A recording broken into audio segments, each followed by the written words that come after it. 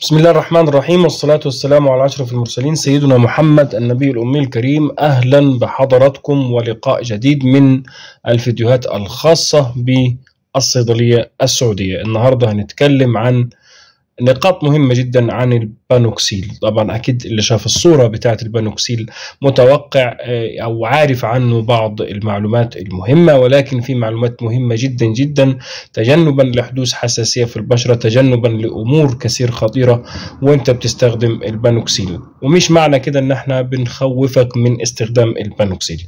ايه اللي لازم تعرفه وانت بتستخدم البانوكسيل؟ طبعا البانوكسيل اللي ما يعرفوش هو عبارة عن المادة الفعالة او التركيبه بتاعته اسمها بنزايل بيروكسيد 10%. بنزايل بيروكسيد 10%، في منه تركيزين 4% و10%.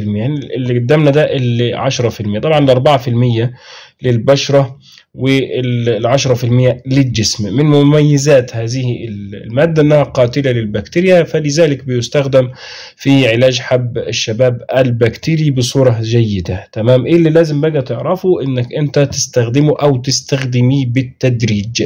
تستخدميه بالتدريج، ما ينفعش نستخدمه كل يوم من أول مرة. يعني لازم الأول كمان نعمل له اختبار حساسية بسيط. طب ينفع 10% نستخدمه للبشرة؟ ينفع نستخدمه للبشرة، بس برضه نكون حذرين ونعمل له اختبار حساسية بسيط ونشوف الجلد أو البشرة هتستقبله ولا لا. مفيد جدا في حب الشباب بتاع الظهر وحب الشباب بتاع الصدر. تمام.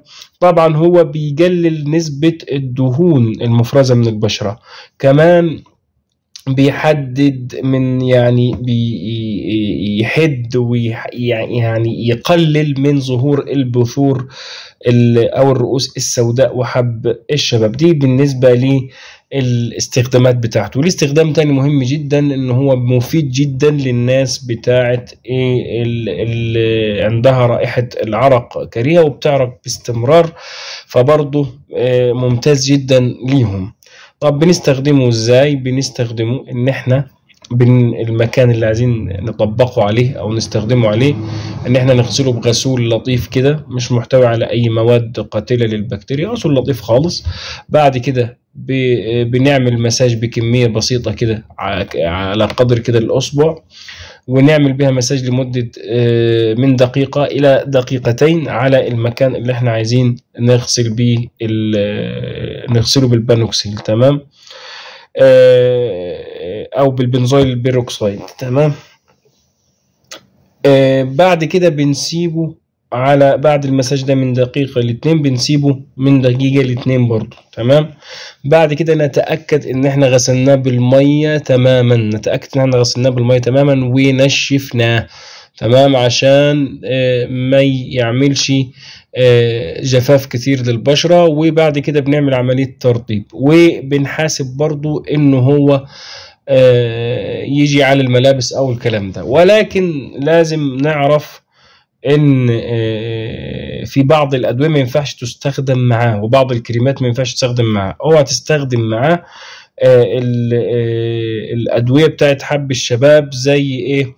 الاكريتين برضو كريم، اي حاجه بتحتوي على ايزوتريتونوين زي الرو اكيوتان او اي حاجه من هذه الامور. تمام. الحبوب دي ما تنفعش تستخدم معاه. كذلك ما ينفعش تستخدمه في لو جلد مصاب بالاكزيما، ما ينفعش استخدمه بالنسبة للحبوب المتقرحة أو مفتوحة، أو في حبوب مفتوحة ومتقرحة، دي ما ينفعش نحط البانوكسيل عليها. تمام.